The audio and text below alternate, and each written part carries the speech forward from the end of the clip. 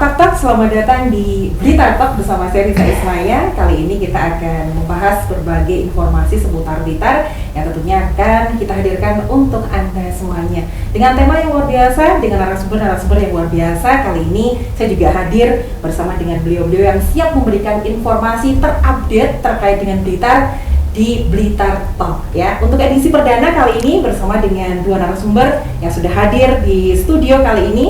Bersama dengan Kepala Dinas Peternakan Blitar ada Bapak Toha Masuri. Selamat sore Bapak sekarang. Selamat sore. Selamat sore. Sehat Pak? Alhamdulillah. Dan juga kali ini bersama dengan Wakil Ketua Panitia Pusat HATN Bambang Suharno. Pak Bambang, selamat sore. Selamat sore. Ya, kali ini kita temanya memang luar biasa ya Pak ya, terkait dengan HATN.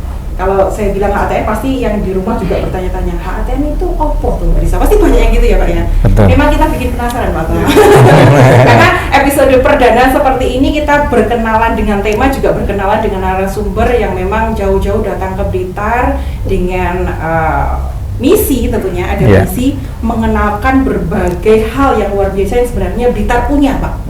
Termasuk event yang seperti yang tadi saya sampaikan, HATN, Hari Ayam dan Telur Nasional. Dan kegiatan ini atau acara ini baru pertama kali diadakan di Pulau Jawa, langsung diadakan di Blitar, yang notabene kita tahu Blitar ini termasuk Pak Toha penghasil telur dan ayam yang memang memenuhi kebutuhan nasional seperti itu. Pak Bambang, kesan pertama ketika rawuh di Blitar apa ini Pak? Pertama ingatnya Bung Karno kalau pertama. Yang kedua, udah sebelumnya udah pernah kesini. Yang kedua ingatnya telur. Karena dari dulu kita sudah tahu bahwa Blitar itu adalah produsen telur terbesar di Indonesia. Dan banyak daerah harus belajar ke Blitar untuk menjadi peternak ayam petelur. Iya. Kalau saya dapat jobnya dari Pak Toha kemarin waktu kita dialog itu Pak ya, Blitar itu terkenal ndok Mbak Risa, ndok. Kalau Jawa kan medok gitu ya. Ndok ya. Blitar ndoknya viral gitu. Pasti banyak tanya gitu Pak Toha.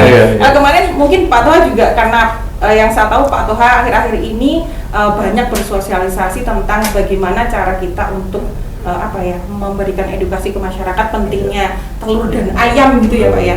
Nah kali ini alhamdulillahnya di kesempatan kali ini Blitar Talk perdana menghadirkan beliau narasumber Pak Bambang ini yang membawa event yang luar biasa di Blitar ya Pak. Betul, iya. Nanti kita akan membahas, kita kupas lebih lanjut terkait dengan HATN ini apa, kemudian mengapa sih kok harus dilaksanakan di Blitar, terus nanti efeknya untuk masyarakat Blitar itu seperti apa yang kita tahu, dan kita harap juga Pak Bambang juga Pak Toha nanti bagaimana memaksimalkan potensi hasil telur dan ayam yang luar biasa ini untuk memenuhi kebutuhan masyarakat seperti itu. Dimana kalau kita pengen sampaikan juga ke masyarakat, banyak isu-isu yang masih negatif terkait dengan ayam sayur. Kalau kita nyebutnya ayam sayur Pak Bambang. Ayam sayur ya. Orang biasa ya bahasanya, pitek sayur ya. Ayam potong gitu. Dan telur. Tapi kadang-kadang banyak juga masyarakat yang menyampaikan seperti ini. Doki kok iso marahi bisulan ya. Ada yang seperti itu. Kemudian ada juga yang menyampaikan kalau ayam itu kan nggak seperti ayam kampung loh Mbak, kalau ayam sari disuntik, nanti adanya gini ya banyak obat dan sebagainya. Nanti kita akan bahas bersama dengan Pak Bambang, Pak Toha juga, dan nanti kita upayakan juga informasi dari Pak Toha apa sih yang akan dilakukan Dinas Peternakan ke depannya. Walaupun nanti HATN-nya sudah selesai, misalkan 15 Oktober untuk puncaknya ya Pak. Sudah selesai, kelanjutannya seperti apa sih HATN yang ada di Blitar? Apakah cukup sampai di situ? Atau nanti kita bikin event-event luar biasa yang impact-nya ke masyarakat lebih baik lagi? Biar orang nggak milih kerupuk daripada milih telur. Saya dulu pernah ada yang menyampaikan orang tuh banyak yang suka maem itu Mbak Risa pakainya kerupuk, padahal kalau kita pilih telur harganya itu nggak beda jauh, tapi kandungan gizi dan proteinnya itu lebih banyak di telur gitu ya. Jadi kita mengenalkan telur lebih dalam ke masyarakat Blitar. Jadi nanti kita akan kupas habis Pak Bambang juga Pak Toha bagaimana kita menyampaikan ke masyarakat manfaat ayam dan juga telur. Ya, oke. Untuk masyarakat Blitar tentunya nanti ada informasi-informasi menarik di mana dialog kita atau acara kita di kali ini bisa di-share ke masyarakat. Karena rentang waktunya masih lama Pak Bambang ya? Iya, 15 Oktober. 15 Oktober. Nanti puncak acaranya akan di 15 Oktober. Di 15 Oktober. Okay. Maksimalkan gitu Pak ya nanti ya? Iya. Ada event yang luar biasa yang siap untuk di launching ke masyarakat Blitar. Oke, kita akan break sejenak, kita akan kembali lagi nanti dengan informasi-informasi yang lebih menarik dari Pak Toha juga Pak Bambang. Kita kembali lagi di Blitar Talk.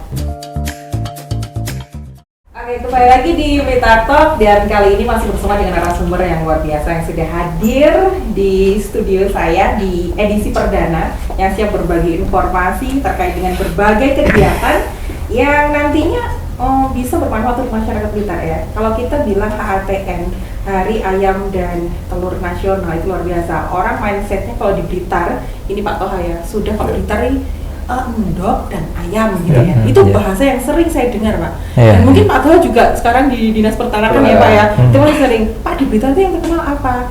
Telur gitu kan. Endoknya biasa aja. Pasti ditanya harga ya Pak ya. Ya terjadi seperti itu Pak. Di masyarakat seperti itu. Waktu dinas keluar kota juga seperti itu Pak. Iya, sama. Endok regane piro gitu ya Pak. Sudah identik berarti ya Pak ya, identik dengan ayam dan telur. Tapi seperti tadi yang saya sampaikan Pak Bambang, tapi masih banyak masyarakat yang beranggapan bahwasanya ada hal-hal yang masih belum dihilangkan, perasaan-perasaan takut terkait dengan telur yang katanya bisa bikin bisulan. Kemudian ada juga terkait dengan kalau kita konsumsi ayam sayur itu atau ayam potong itu terlalu banyak, itu kan banyak ada obatnya itu karena kalau bahasa saya apa ya Pak bilangnya kayak dikarbit gitu loh biar cepat gede ayamnya gitu. Itu gimana Pak Bambang itu? Ya itulah, justru itulah kita kenapa ada Hari Ayam dan Telur Nasional itu awalnya memang dari situ. Masyarakat kita masih sering termakan isu tentang ayam disuntik hormon gitu, padahal secara ekonomis tidak memungkinkan. Biaya obat di ayam itu paling Rp1.000. Harga hormon itu $5 loh misalnya secara normal. $5? Iya, kan nggak mungkin seorang peternak nyuntik ayam nggak dapat profit ya? Nggak, udah babak belur lah itu pasti. Jadi ayam itu cepat besar itu memang karena faktor perbaikan mutu genetik dari para ahli yang di persilangan selama puluhan tahun gitu. Ada ilmunya ya? Ada ilmunya. Jadi itu namanya ilmu genetika. Sama lah kalau kita bicara padi kan dulu setahun berapa kilo, sekarang per hektar berapa, sekarang berapa kan naik. Jagung dipelihara berapa lama, sekarang lebih cepat. Itu kan faktor genetik. Ayam juga begitu, 1 kilo bisa dipelihara cukup sebulan atau kurang gitu ya, untuk menghasilkan 1 kilogram hidup gitu. Itu semata-mata faktor genetik gitu. Kalau yang telur itu Pak? Telur sama saja kan. Telur kalau soal bisul itu kadang-kadang masyarakat kita itu kan menggeneralisir kasus satu. Itu kan dalam keilmuan kan satu tidak bisa mewakili semuanya kan. Betul. Nah, ada orang yang alergi terhadap telur tapi jumlahnya itu sangat sedikit. Bisa dihitung lah. Iya, ada kasus seperti itu. Tapi itu tidak membuat semua orang harus menghindari telur gara-gara satu orang menjadi itu. Itu dan itu pun makannya harus sangat banyak untuk menjadi bisul gitu, katakanlah begitu kan. Jadi seperti itu, dan telur adalah sumber protein yang paling lengkap gitu menurut ahli gizi. Makanya kalau dalam ilmu gizi itu ada istilah setara dengan protein telur. Artinya kalau sudah setara berarti itu paling bagus gitu. Makanya misalnya ditulis 90% dari protein telur, berarti nilai gizinya itu 90% dari telur itu menjadi patokan gizi protein yang paling lengkap gitu. Iya, saya mewakili masyarakat awam Pak. Biasanya kita memang harusnya merubah mindset masyarakat ya. Dari yang tadi bilang kalau telur itu bisa bikin bisul, kemudian daging itu pasti disuntik hormon. Akhirnya mereka konsumsi telurnya itu kalau bisa dibilang nih rata-rata yang saya tahu dari teman-teman saya itu paling konsumsi telur itu seminggu cuma 2 kali. Atau 2 butir telur biasanya. Padahal kalau kita mau hitung-hitungan nih Pak terkait hemat dan lain sebagainya, kalau hemat itu berarti mikirnya kan kemanfaat juga ya Pak ya, untuk diri kita maksudnya. Itu sebenarnya kalau kita hitung-hitungan tuh masih kita murah makan telur ya Pak ya. Iya dong. Dengan protein yang tinggi yang pasti. Gitu ya. Apalagi di Blitar harga telur kan lebih murah pastinya dibanding kota lain kan. Di sini berapa sebutir nggak sampai 2.000 kan? Ya, pokoknya 1 kilo terakhir 25.000. 25.000 kan? Kita bikin rata-rata. Iya. 25.000 kan isinya 16 kan, nggak sampai 2.000 kan? Betul. Di Jakarta harga kerupuk itu 2.000 loh satu. Sama dengan satu harga Masa bisa lebih mahal kan berarti karena di sini tuh begitu loh Pak Toha. Terlanjur ini ya Mas. Iya, tapi betul masyarakat kita nggak sadar bahwa harga kerupuk segitu mahalnya. Saya sudah mencermati harga kerupuk tahun 80 dengan sekarang. Sudah saya punya datanya. Tahun 80-an satu butir telur setara dengan sekitar 25 sampai 50 kerupuk loh dulu. Bapak mungkin ingat tahun 80 beli kerupuk murah banget kan? Sekarang satu butir telur hanya satu kerupuk. Artinya apa? Harga kerupuk udah naiknya itu berkali-kali lipat. Nah, kenapa telur menjadi sedemikian murah? Nah, ini jadinya murah kan dengan membandingkan itu. Itu adalah berkat dari semua pihak ya, dari breeder, dari ahli pembibitan ternak ya, pembibitan unggas, dari peternak sendiri, dari pabrik pakan yang mensuplai pakan yang bagus, dan dari dinas tentunya yang di Blitar bisa ikut kontribusi membangun peternakan yang luar biasa gitu ya. Ini kayaknya sepele Pak Toha, tapi kayaknya dari Dinas Peternakan nanti juga bikin event bagaimana bisa merubah mindset masyarakat yang katanya makan telur itu jadi bisulan, daging itu bahaya, jadi enggak gitu Pak. Kira-kira tidak hanya Dinas Peternakan saja, ini harus melibatkan seluruh stakeholder yang ada, yang semuanya terlibat, termasuk dokter, gizi, sosialisasi tidak kalah juga mbah-mbahnya. Karena nenek-nenek ini kadang masih punya kepercayaan, banyak mengaruhi ke anaknya, ke jangan makan telur, nanti gatel. Ini harus kita rubah. Kalau tadi disampaikan dengan kerupuk, kita bandingkan kalau saya dengan ote-ote misalnya. Veggie. Istilahnya banyak ya Pak. Itu kalau nggak salah sekarang sudah 1.000 atau 2.000. 2.000 ya. Kalau kita lihat bahayanya, ya kita nggak mendiskreditkan kan. Betul ya, nanti kita enak juga dengan yang usaha ote-ote. Kita bandingkan nilai gizinya gitu. Kalau telur tadi dinegatifkan karena akan ada lemak, ada kolesterol, ada macam-macam, yang padahal di tulisan-tulisan sudah banyak sekarang yang beredar, tidak ada kolesterol, lemaknya juga tidak bahaya. Cuma cara ngolahnya mungkin yang perlu kita sempurnakan, ya kita tidak pakai minyak yang sudah sering dipakai, gorengnya dicukup diolesi saja bisa. Kemudian kalau direbus, mungkin rebusnya tidak sampai matang yang kering itu berarti masih bagus, setengah matang saja. Nah, kemudian kalau veggie kita bandingkan, coba jangan kalau beli veggie itu kemudian kita taruh di tisu atau diperes, itu minyak semua itu. Mungkin lebih bahaya itu daripada telur sebenarnya. Jadi kita harus menghapus sedikit demi sedikit kebiasaan untuk takut dengan telur ini. Merubah mindset sekali lagi. Jadi kita juga bersama semua ini. Jadi kami juga berarti menyampaikan bahwasanya itu hanya ketakutan di masyarakat itu sendiri dan mitos ya Pak ya. Jadi itu ya tentang telur tadi, kolesterolnya kolesterol bagus yang ada di telur itu.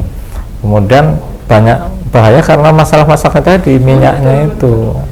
Begitu. Cara pengolahannya berarti nanti lebih diperhatikan.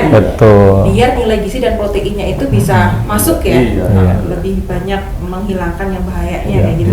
Jangan terlalu takut dengan telurnya. Bahkan semua makanan mungkin juga bisa bahaya kalau cara konsumsinya juga tidak benar juga. Cara pengolahan dan konsumsinya nggak karena benar. Tidak semua orang itu ketika makan telur kemudian bisulan. Mungkin ada yang makan telur kemudian bisulan, tapi dia mungkin memang punya alergi. Bisa saja. Nah, sekarang mungkin air putih saja yang tentunya sehat diminum 2 liter sehari, ketika itu diminum oleh orang yang punya penyakit ginjal, kan tidak boleh. Hanya ditetesin saja. Padahal air itu tergantung bagaimana cara konsumsinya juga. Termasuk orangnya yang konsumsi. Tapi saya kaget benar Pak Bambang, HATN ini ada di Blitar dan saya baca di media-media, kemudian dari informasi-informasi dari teman juga. Kenapa kok Blitar? Oh itu. Tadi selain tadi Pak Bambang menyampaikan bahwasanya di sini ini penghasil telur dan juga ayam yang cukup memenuhi kebutuhan pasar nasional. Selain itu apa Pak Bambang yang membuat Blitar yang dipilih? Sebenarnya itu tokoh perunggasan di Blitar itu ngejar-ngejar saya terus itu. Gitu ya Pak? Sampai ke Bukit Tinggi saya dikejar-kejar. Pak Bambang kenapa nggak pernah di Jawa gitu kan? Gitu ya. Nah, kita kan punya tim juga di pusat ya. Selama ini dari yang pertama sampai yang ke-12 itu di luar Jawa semua, mulai dari Bali ke Makassar, ke Kupang, terakhir itu di Bukit Tinggi tahun kemarin itu ya. Seperti itu lah, di Bukit Tinggi itu Pak Dayat, tokoh kita itu dari Blitar,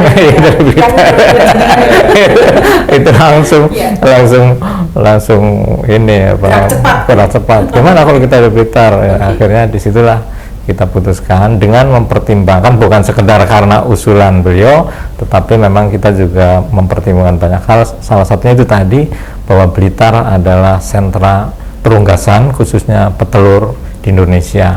Dan saya lihat seperti di daerah lain, seperti di Sumatera Barat itu juga ternyata belajarnya ke sini juga, bagaimana mengembangkan petelur di sana. Jadi ini luar biasa Blitar itu. Kalau saya boleh membantu Pak Dayat, bela Pak Dayat.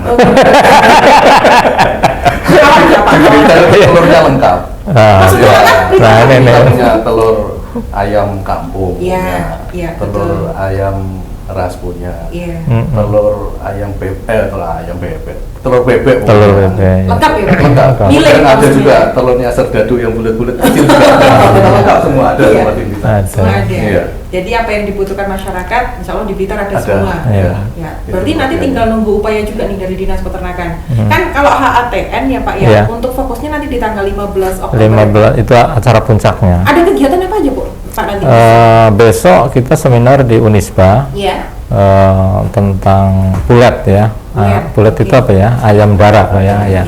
Ya, bagaimana memanage persiapan untuk menjadi ayam petelur gitu. Itu yang hadir para peternak di wilayah Blitar, dan melalui Zoom itu dari luar daerah ikut juga banyak juga yang ikut karena kita mengundang seorang expert internasional, orang Indonesia tapi sudah diakui sebagai ahli dunia gitu ya, namanya Profesor Budi Tanganjaya. Itu kalau di industri perunggasan udah tahu lah, itu master udah paling top lah, jadi pembicara di berbagai negara gitu. Kok tiba-tiba saya merasa bangga jadi orang Blitar ya Pak ya?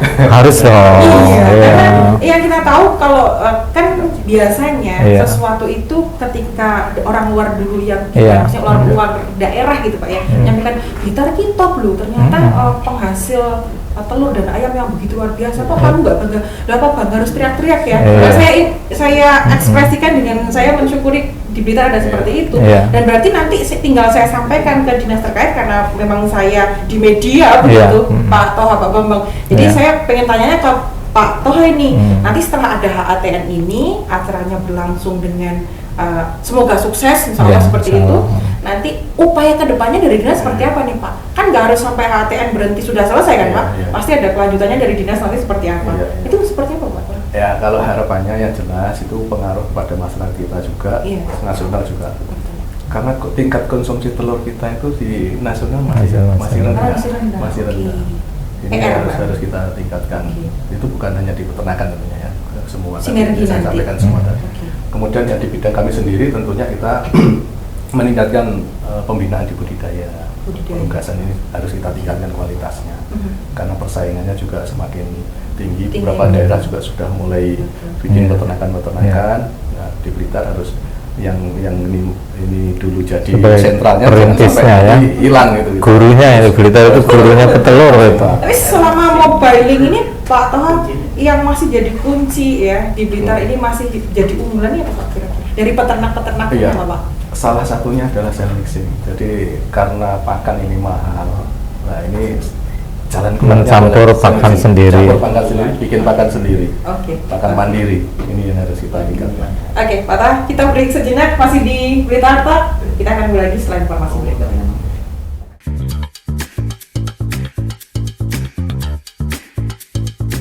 Oke, masih di Blitar Talk kali ini dan juga masih dengan narasumber yang luar biasa. Masih bersama dengan Bapak Toha Masruri, juga ada Pak Bambang Soeharno yang dari jauh-jauh dari Jakarta ya Pak, datang ke Blitar. Terima kasih loh Pak hadirnya. Sama-sama. Informasinya juga. Sambutannya juga luar biasa. Terima kasih. Kita adem ya Pak. Jadi tadi menyambung lagi Pak Bambang, kita sudah sampaikan untuk HATN di Blitar ini persiapannya begitu luar biasa. Kedepannya seperti apa lagi yang ingin disampaikan Pak Bambang terkait dengan HATN yang ada di Blitar ini? Maksudnya acara? Iya, acaranya. Oh ya, kalau acara kan kita sudah tadi juga barusan meeting untuk persiapan akhir.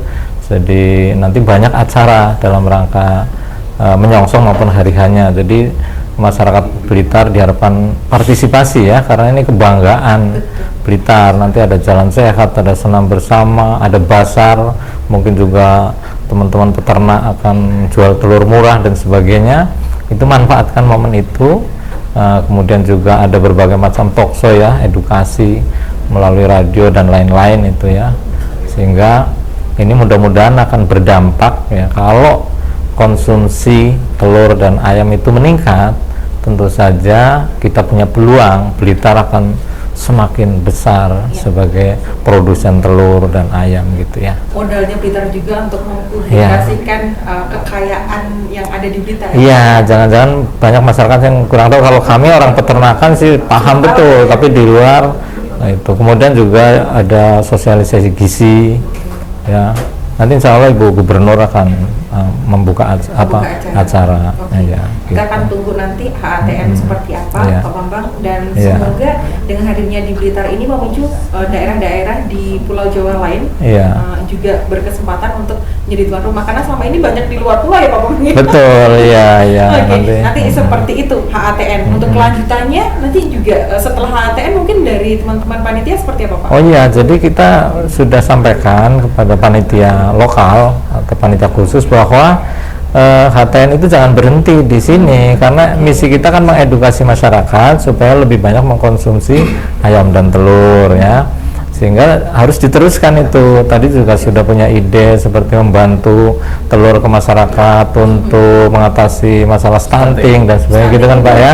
Ya, stunting tahu ya maksudnya ya. Ya. Apa itu Pak? Nanti Pak tahu. Stunting yang kita tahu ya.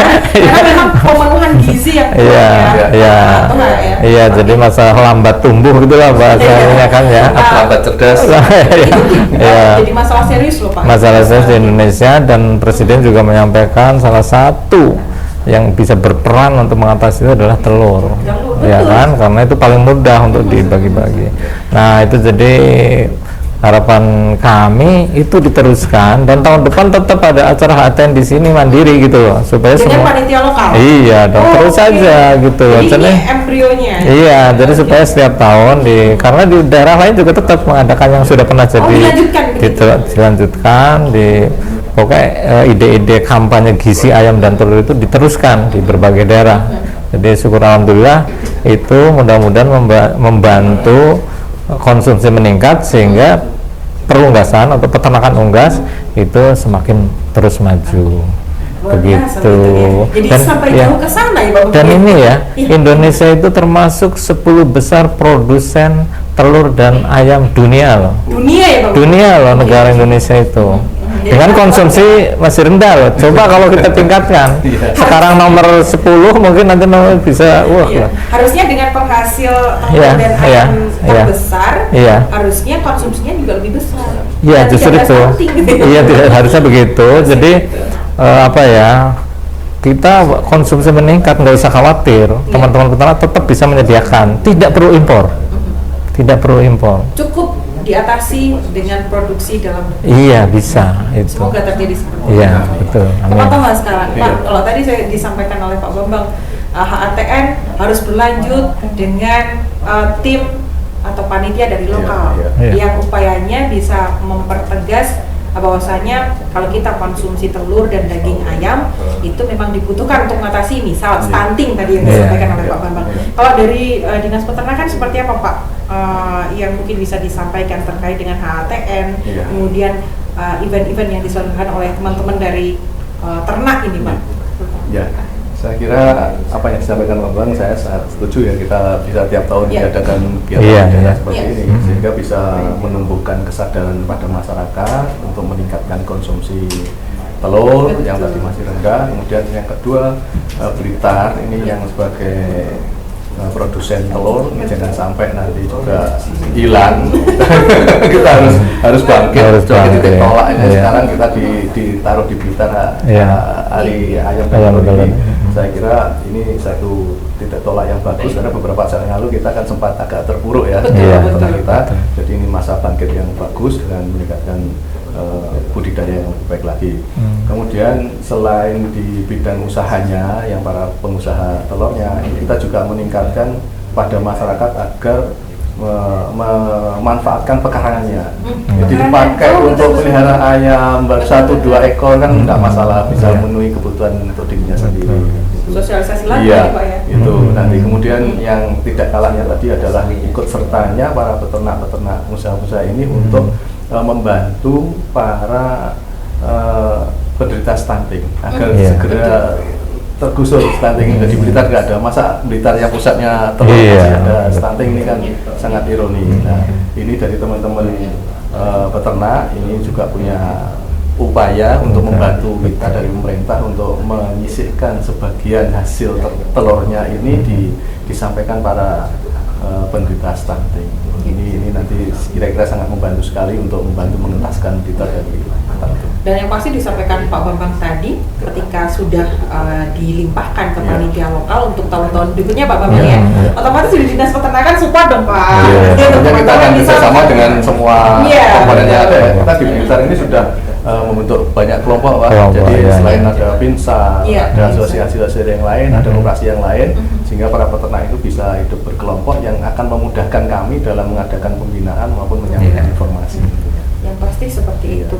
Terima kasih Pak Bambang untuk informasinya, dan harap apa yang disampaikan tadi bisa untuk teman-teman yang mungkin sekarang ada di rumah menyimak kita gitu ya, lebih bisa aware dengan Blitarnya, dengan potensi yang ada. Mungkin tidak banyak yang menyuarakan bahwasanya oh Blitar ini memang sentranya ayam dan telur, mungkin hanya secara diam-diam menyampaikan gitu ya. Tapi dengan adanya event yang sekarang memang dipublikasikan, ini bisa ketok tular gitu loh Pak Toha ke yang lain gitu ya. Nanti bisa disampaikan ke semuanya.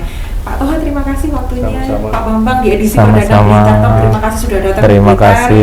Semoga berkesan untuk yang kesekian kalinya di Blitar. Saya tunggu untuk kehadiran lagi di podcast kita kali ini. Oke, insya jumpa lagi di lain kesempatan. Terima kasih. Demikian untuk Blitar Talk edisi perdana kali ini. Terima kasih untuk kebersamaan. Kita sambung di edisi berikutnya dengan topik yang lebih luar biasa. Ayam dan telur dari Blitar untuk Indonesia. Wassalamualaikum warahmatullahi wabarakatuh. Waalaikumsalam.